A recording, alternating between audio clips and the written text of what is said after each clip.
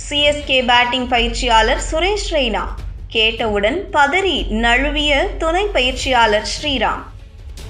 2026 IPL தொடரில், அதாவது அடுத்த ஆண்டு ஐபிஎல் தொடரில் சென்னை சூப்பர் கிங்ஸ் அணியின் பேட்டிங் பயிற்சியாளராக சுரேஷ் ரெய்னா நியமிக்கப்பட போவதாக நேற்று பரபரப்பு ஏற்பட்டது.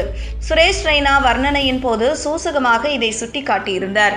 இது உண்மைதானா என சென்னை சூப்பர் கிங்ஸ் அணியின் துணை பந்துவீச்சு பயிற்சியாளர் ஸ்ரீதரன் ஸ்ரீராமிடம் கேள்வி கேட்கப்பட்டது.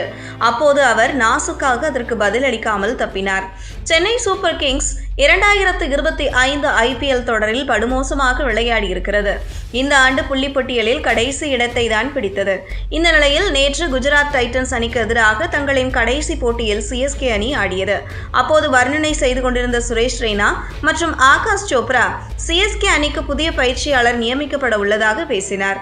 சுரேஷ் ரெய்னா சொன்ன இந்த தகவலை கேட்ட ஆகாஷ் சோப்ரா, சிஎஸ்கே அணியின் புதிய பேட்டிங் பயிற்சியாளரின் முதல் எழுத்து எஸ்-இல் ஆரம்பிக்குமா என்று கேட்டார்.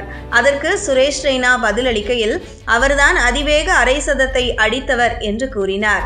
அதாவது சென்னை சூப்பர் கிங்ஸ் அணிக்காக அதிவேக அரை சதம் அடித்தது சுரேஷ் ரெய்னா தான்.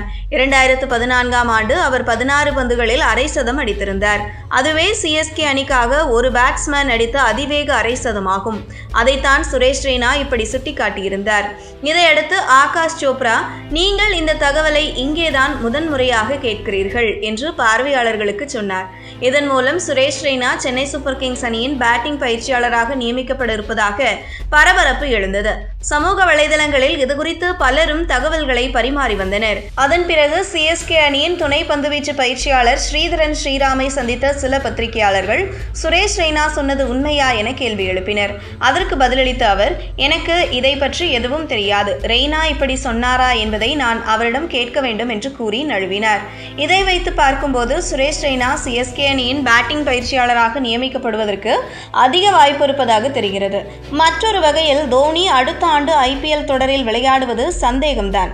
அதற்காகவே சிஎஸ்கே அணியை சரியாக வழிநடத்த முன்னாள் வீரரான சுரேஷ் ரெய்னாவை அந்த அணி நிர்வாகம் நாடி இருக்கிறது என்ற ஒரு பார்வையும் உள்ளது.